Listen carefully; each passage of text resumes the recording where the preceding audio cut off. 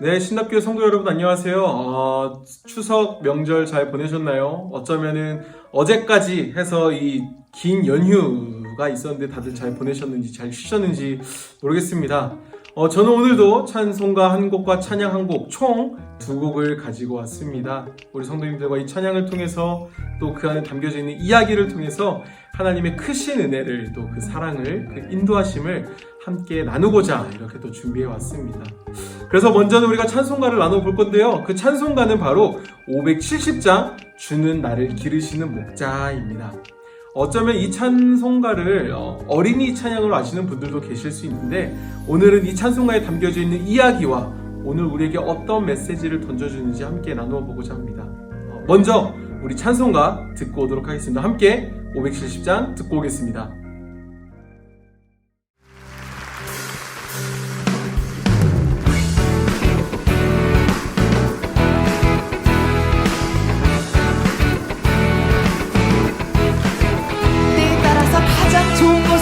채워주시는 주님의 우리의 목자 되신 주님을 찬양합니다.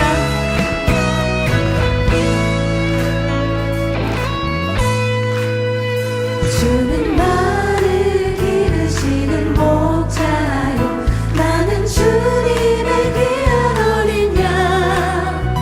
푸른 풀만 맑은 시냇 물가로 나를 늘 인도하여 주신다.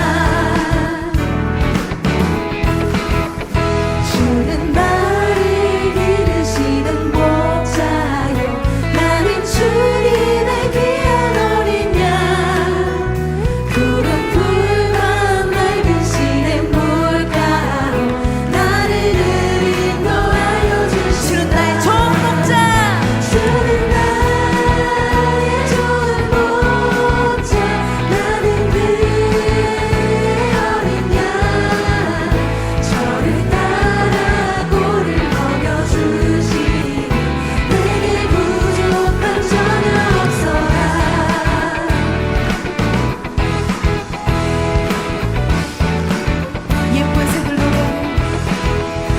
예쁜 새들 노래하는 아침과 노을 비기는 고라모네, 사랑하는 나의 목자 음성이 나를 언제나 불러주시다. 주는 나의 좋은 목자, 주는 나의 좋은 목자, 나는 그의 어린 양. 저를 따라 꼴을 먹여주시니 내게 부족함 전혀 없어라. 주는 나의 좋은 목자, 나는 그의 어린 양. 저를 따라 꼴을 먹여주시니 내게 부족함 전혀 없어라.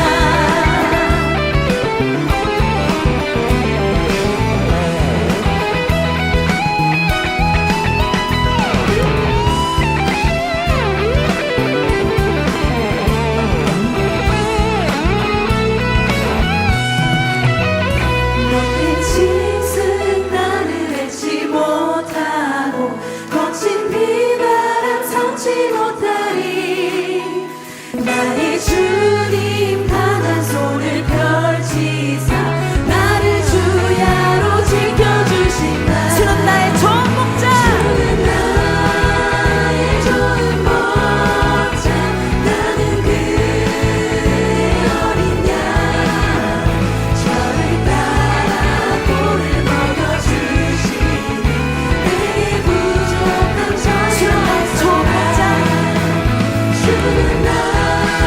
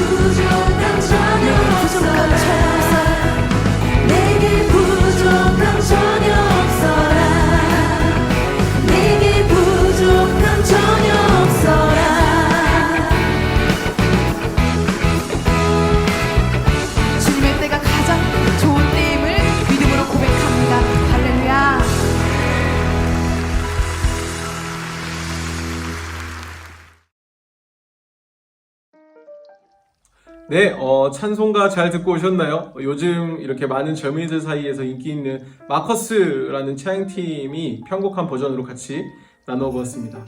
지금부터 이 찬송가 570장에 담겨져 있는 이야기와 우리에게 주는 은혜, 우리가 가져야 될 생각 등을 좀 나눠보도록 하겠습니다. 여러분, 이 찬송가는요, 1950년도에 일어난 6.25 전쟁과 굉장히 깊은 관련이 있습니다. 그 6.25 전쟁은 우리나라를 이렇게 두려움과 공포에 빠뜨렸죠. 사실 그 시대를 저는 겪어보지 않았지만 많은 분들의 이야기와 또 많은 영상 매체를 보면은 알 수 있을 것 같아요. 수많은 사람들이 황급히 피난을 떠나고 그리고 모두가 두려워하는 가운데에 가장 슬펐던 거는 그 피난 대열에 끼지 못하고 끊어진 한강다리 앞에 있는 사람들이었을 겁니다. 그런데 이 찬송가를 만든 그 가족들, 특별히는 그 작사 작곡가도 그 대열에 합류했었습니다. 바로 장수철 선생님이시죠. 그 선생님과 가족들은 생사의 기로에 서 있었습니다. 두려움과 공포에 휩싸여 있었죠. 그런데 그러한 가족들에게, 특별히는 그 장수철 선생님의 마음 가운데에 시편 23편의 말씀이 이렇게 흘러 들어갑니다. 내가 사망의 음침한 골짜기로 다닐지라도 해를 두려워하지 않을 것은 주께서 나와 함께 하심이라. 그리고 그 가족들의 눈에 들어왔던 것은 기적처럼 한강을 따라 흘러내려오는 조각배 한 척이었습니다. 너무나 감사하게 그들은 그 조각배를 타고서 그곳을 떠날 수 있었고 전쟁이 끝날 때까지 안전한 곳에서 지낼 수 있었다고 합니다. 그렇게 전쟁이 끝난 4년 후 음악을 공부하고 싶어 했던 그 장수철 선생님은 미국 유학길에 올랐다고 합니다. 가난한 환경에 피아노는 없었지만 머릿속으로 화음을 떠올리며 작곡할 만큼 그 선생님의 열정은 엄청났다고 합니다. 공부와 일로 날을 새며 고된 유학 생활을 했던 그였지만 그는 그럼에도 그 시간을 버틸 수 있었던 것, 바로 가족을 볼 수 있다는 희망이 있었기 때문이었다고 합니다. 그런데 그 미국에서 유학을 하고 있는 장수철 선생에게 갑작스러운 소식이 전해집니다. 그것은 바로 12살 큰딸이 심한 폐렴으로 사망을 했다는 것입니다. 전쟁의 위기도 잘 지나갔던 가족이었습니다. 하지만 그 평화로웠던 시대 가운데에 큰딸에게 폐렴이 찾아왔고 결국 그 딸은 사망했던 것이지요. 떨어져 있던 부부는 절망과 슬픔 속에서 말씀을 붙들며 기도를 할 수밖에 없었다고 합니다. 장수철 선생님이 힘들 때마다 가정을 지켜주셨던 그 시편 말씀을 붙들었었고, 그래서 그는 그 시편의 말씀을 통해, 시편의 말씀을 붙잡고 곡을 쓰기 시작했다고 합니다. 그리고 그 곡을 토대로 그 장수철 선생님의 아내 최봉춘 여사님은 그 음악에 맞게 가사를 덧붙였다고 해요. 그렇게 장수철 선생님과 최봉춘 여사, 이 가정의 믿음의 고백이 바로 찬송가 주는 나를 기르시는 목자, 찬송가 570장이 되었던 것이지요. 그 후 남편 장수철 선생님은 탄일종, 바닷가에서와 같은 유명한 동요들을 이렇게 작곡하셨고 한국에 돌아와서 이제 찬송가 복음에 더욱더 앞장서셨다고 합니다. 특별히 장수철 선생님께서는 다른 것보다도 어린이를 향한 사랑이 굉장히 크셨다라고 해요. 그래서 전쟁 중에 고아가 된 32명을 선발하셔서 합창단을 이렇게 조직을 하셨다고 해요. 그래서 아마 우리 신답교회 어르신들은 아시는 분들이 계실 수도 있는데 바로 선명회 어린이 합창단, 그게 바로 이 장수철 선생님께서 6.25 전쟁 이후에 만드신 합창단이었습니다. 이들은 여러 나라에서 공연을 하면서 전쟁의 폐허와 절망 속에서도 한국인의 정신이 살아있음을 몸소 알렸다고 합니다. 당시 그 공연은 미국 언론사들도 천사의 공연이라고 극찬을 했고 정말 당시에 좌석이 부족할 정도로 큰 인기가 있었다고 해요. 그러한 장수철 선생님은 1966년 49세의 젊은 나이에 주님의 곁으로 떠나셨지만 인생의 매 순간 하나님의 말씀에 의지했던 그의 찬양은 지금도 오늘날도 온 세계 가운데에 울려 퍼지고 있다는 것입니다. 여러분, 이 찬양에 담겨져 있는 이 이야기를 듣고 또 생각해 보면서 우리가 가져봐야 되는 생각이 하나 있습니다. 그것은 뭐냐면 바로 이겁니다. 우리의 가슴 속에 새겨져 있는 말씀은 무엇인가 라는 거죠. 여러분들의 가슴 가운데 새겨져 있는 그 말씀은 무엇이 있습니까? 여러분들의 삶 가운데에 시련이 찾아왔을 때, 여러분들의 삶 가운데에 문제가 폭풍우처럼 파도처럼 밀려 들어올 때, 또한 여러분들의 삶의 자리 가운데에 아픔이 찾아왔을 때 여러분들의 삶을 붙들어주는 그 말씀은 어디에 있습니까? 무엇이 있습니까? 사랑하는 신답교회 성도 여러분, 우리는 하나님의 부르심을 받아 모인 교회 공동체입니다. 그 교회 공동체에서 가장 중요한 것은 섬김이 아니라, 헌금이 아니라, 그 무엇보다 높고 그 무엇보다 우리가 귀중히 여겨야 되는 것은 하나님의 말씀이지요. 그런 가운데 저는 여러분들에게 질문해 봅니다. 여러분들의 가슴에 새겨져 있는 어떠한 상황이 찾아와도 놓칠 수가 없는 그 하나님의 말씀이 있다면, 오늘 여러분들을 그 자리 가운데 서 있게 한 하나님의 말씀이 있다면 무엇이 있습니까? 여러분, 말씀을 가슴 가운데 새기는 우리가 되길 원합니다. 참 살기 힘든 이 시대 가운데에 어떤 유명한 정치인의 말을 새기는 것이 아니라, 어떤 사업가의 말을 우리 가운데 새기는 것이 아니라, 혹은 저 어디서 나온 대사를 우리 가운데 새기는 것이 아니라, 오늘 우리에게 말씀하시는, 계시해 주신 그 말씀을 우리 안에 새기기를 소망합니다. 우리의 가슴 가운데 새겨진 그 말씀이 여러분들의 삶을 붙들어 줄 것입니다. 우리의 가슴 가운데 새겨진 그 말씀이 여러분들의 걸음을 인도하실 것입니다. 여러분들의 가슴 가운데 새겨진 그 말씀이 우리를 하나님의 은혜의 자리로 이끌어 갈 것입니다. 사랑하는 신학교의 성도 여러분, 말씀을 가까이 함으로 말미암아 우리의 삶의 자리에, 마음의 판 가운데에 하나님의 말씀을 새기는 우리가 되기를 소망합니다. 그래서 마음 가운데 새겨진 그 말씀을 붙듦으로 말미암아 모든 삶의 자리에서 하나님의 말씀을 힘입어 하나님의 뜻을 전하고 뜻을 살아내는 우리가 되기를 주님의 이름으로 축복합니다. 네, 다음으로 이제 찬양 송가를 나눠왔다면요, 이제 찬양을 한번 나눠봐야겠죠. 오늘도 찬양 한 곡을 준비해 왔습니다. 지난 시간에는 이샤에게를 준비했다면요, 오늘은 시선이라는 찬양을 준비해 왔습니다. 우리 먼저 이 찬양에 담겨져 있는 이야기를 듣기 전에 찬양 먼저 듣고 오도록 하겠습니다. 함께 찬양 듣고 오겠습니다.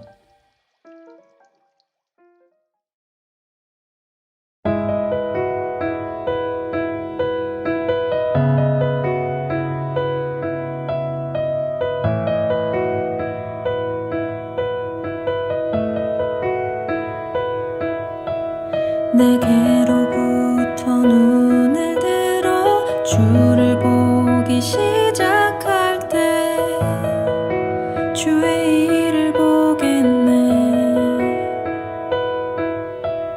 내 작은 마음 돌이키사 하늘에 꿈꾸게 하네.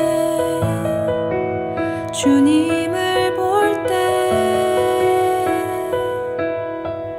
내게로부터 눈을 들어 주를 보기 시작할 때 주의 일을 보겠네. 내 작은 마음 돌이키사 하늘에 꿈꾸게 하네.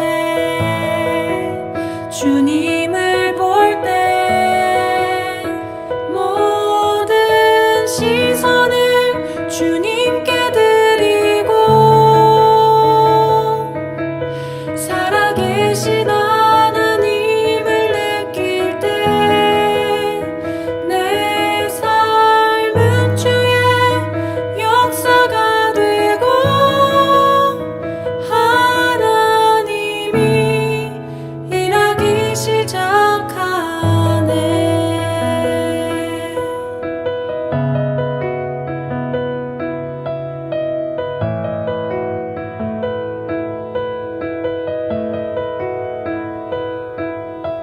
성령이 나를 변화시켜 모든 두려움 사라질 때 주의 일을 보겠네. 황폐한 땅 한가운데서 주님 마음 알게 되리. 주님을 볼 때 모든 시선을 주님께 주님께 드리고 살아계신 하나님을 느낄 때 내 삶은 주의 역사가 되고 하나님이 일하기 시작하네.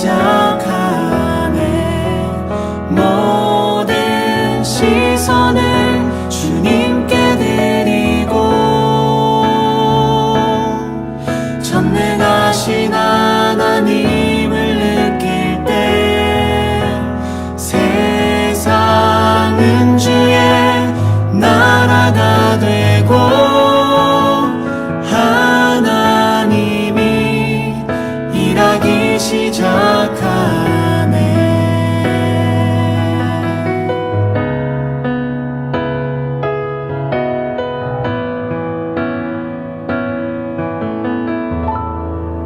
주님의 영광 임하네. 주 볼 때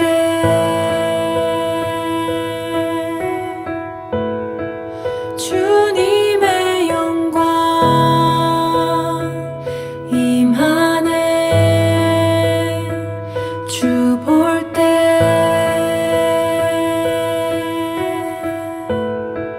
주님의 영광 임하네. 주 볼 때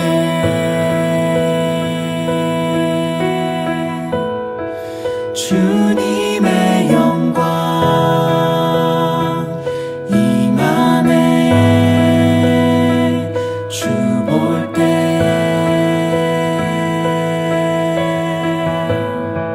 주님의 영광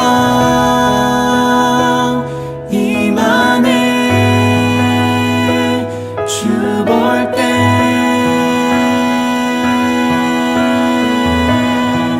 주님의 영광 임하네. 주 볼 때에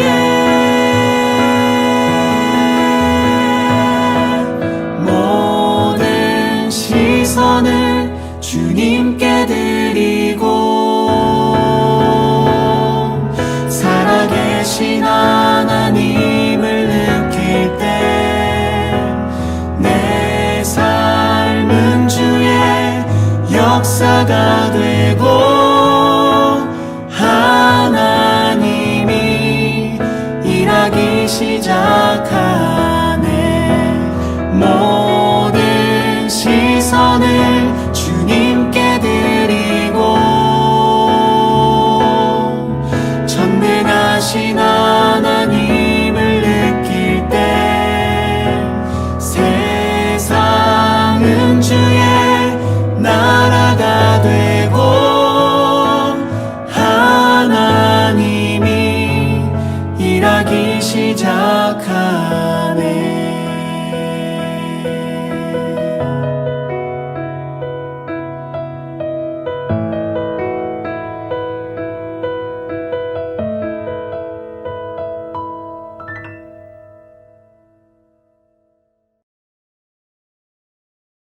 네, 찬양 잘 듣고 오셨나요? 어쩌면 굉장히 익숙한, 많이 들어보신 찬양일 수도 있습니다.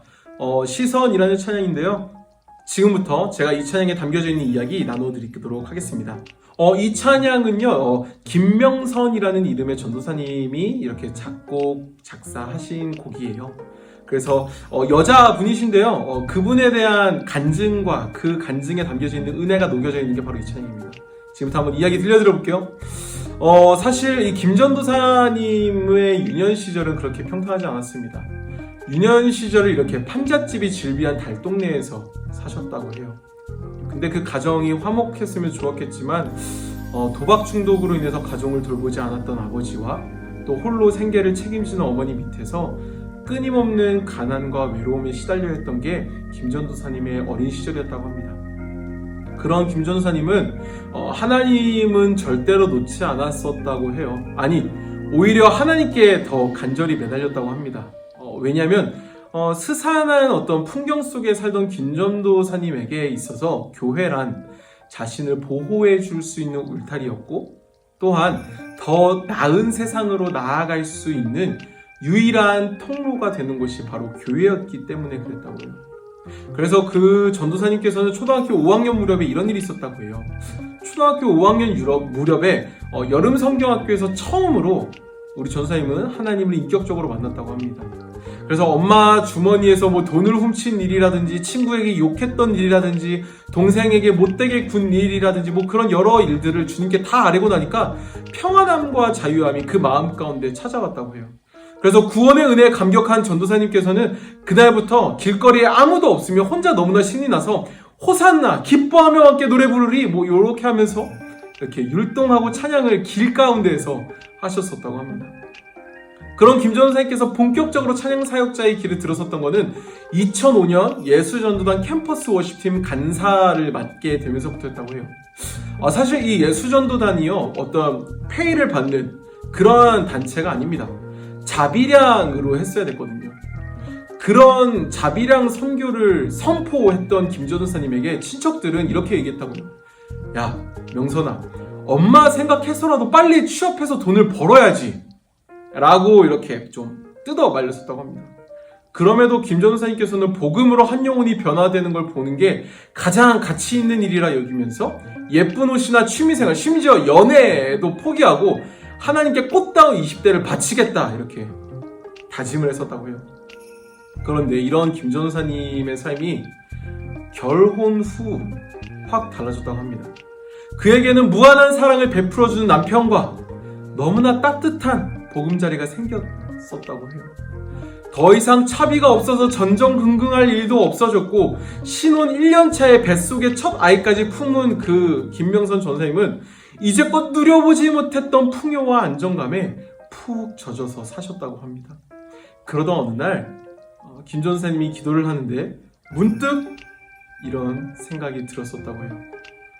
지금의 나는 더 이상 과거에 헌신적이었던 사람이 아니다. 내가 무슨 기도냐, 그냥 사는 대로 살아야지, 이런 생각이 그 김 전사님의 마음 가운데 이렇게 찾아왔다고 합니다. 그러면서 스스로를 자책하면서 또 낙심을 하는 삶을 살았는데, 그런 자책과 낙심의 삶 가운데 하나님의 따뜻한 음성이 들려왔다고 합니다.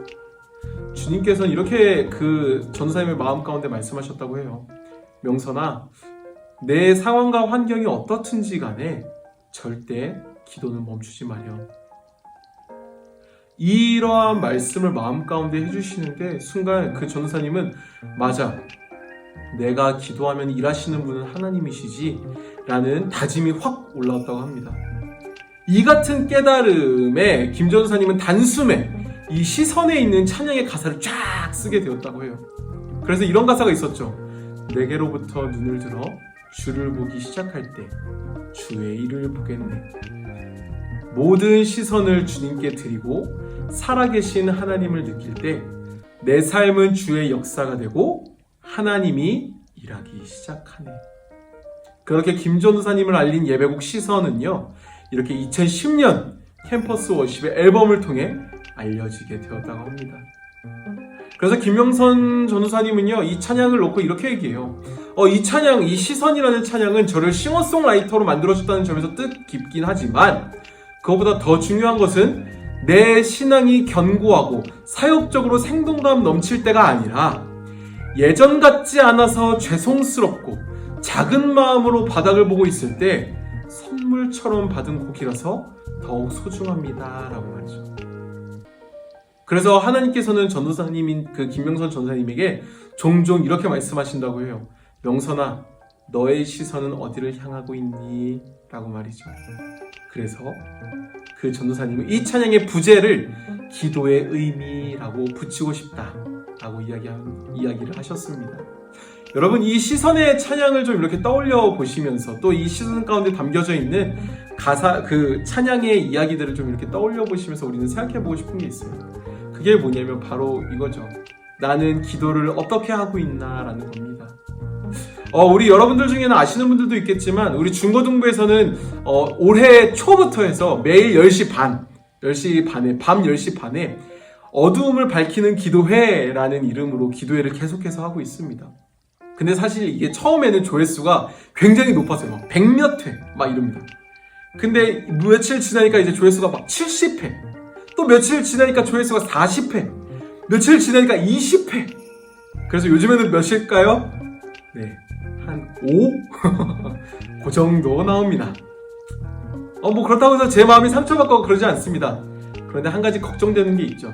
그것은 뭐냐면 우리 친구들이 기도를 잘 하고 있을까? 라는 겁니다. 우리는 가끔 기도를 교회에서만 해야 되는 것으로 생각할 때가 있는 것 같아요. 혹은 정말로 이렇게 자리를 잡고 무릎을 꿇고 성경책을 펴놓고 두 손을 공손히 모으고 뭐 촛불도 하나 켜고 그렇게 자리를 만들어야 할 수 있는 것이 기도라고 생각하는 모습이 있지 않나 생각해봅니다. 그런데요, 꼭 그렇진 않은 것 같습니다. 기도가 무엇일까요? 네, 기도는 우리와 하나님의 소통이죠. 다르게 말하면은 나의 마음을 하나님께 아뢰는 것이 기도일 것입니다. 하나님, 제 마음은 이래요. 하나님, 제가 이래서 눈물이 나요. 하나님, 제가 이래서 너무 무서워요. 이런 나의 마음을 토해내는 것, 그게 기도가 아닐까요? 그런 가운데 저는 우리 신답교회 성도 여러분들에게 질문해 봅니다. 여러분, 어떤 시간에 어떤 모습으로 기도하고 계십니까? 그 기도 가운데에 하나님을 향한 마음, 하나님이 부어주시는 사랑, 그리고 하나님을 향한 갈망이 나타나고 있습니까? 혹시 했던 대로, 예전에 했던 대로 시간이 됐으니까, 새벽이 됐으니까 기도해야지, 그냥 수요일 됐으니까 기도해야지, 무미건조한 기도가 되어 있진 않으십니까? 우리 성도님들은 아실 겁니다. 아니, 이 시대를 살아가는 그리스도인들은 알 겁니다. 기도에는 능력이 있다는 것을 말이죠. 그 기도는 우리로 하여금 하나님을 바라보게 합니다. 기도는 우리로 하여금 하나님을 향하게 하고요. 기도는 우리로 하여금 더욱더 하나님을 의지하게 합니다. 그렇기에 우리는 더욱 기도를 해야 하는 것입니다. 사랑하는 신답교회 성도 여러분, 각자의 삶의 자리에서 기도하는 우리가 되길 원합니다. 단순히 자리를 잡고 정말 예배에서만 기도하는 것이 아니라 일상 속에서 눈물이 오는 그 시간 속에, 아픔이 들어오는 그 시간 속에, 좌절이 나타난 그 시간 속에 하나님을 향하여 기도하는 우리가 되길 원합니다. 또한 나만을 위한 기도를 하는 것이 아니라 내가 알고 있는 아픈 자를 위해서, 눈물을 흘린 자들을 위해서, 무너진 자를 위해서 그렇게 중보할 수 있는 우리가 되길 원합니다. 그렇게 기도의 불씨가 살아날 때 우리 신답교회는 더욱더 하나님의 마음을 기쁘게 하는, 하나님의 그 말씀을 삶으로 드러내는, 하나님의 나라를 맛보아하는 하나님의 교회가 될 줄 믿습니다. 여러분들의 그 마음을 통해서 기도의 불씨가 우리 안에 다시 일어나길 소망합니다. 그래서 그 살아난 불씨로 인해서 이 땅 가운데에 하나님의 아름다우신 그 사랑의 불빛이 저 멀리 땅끝까지 전해지게 되기를 주님의 이름으로 축복합니다. 네, 이상으로 오늘도 찬양 두 곡을 함께 나누어 보았습니다. 다음 이 시간까지 각자의 삶의 자리에서 하나님의 말씀을 가슴에 새기고 그 새겨진 말씀을 붙들고 기도함으로 하나님의 나라를 꿈꾸며 살아내는 우리 신학교의 성도 여러분들 되기를 저도 기도하겠습니다. 한 주간 승리하시고 다음 이 시간 기쁜 모습으로 다시 뵙겠습니다. 감사합니다.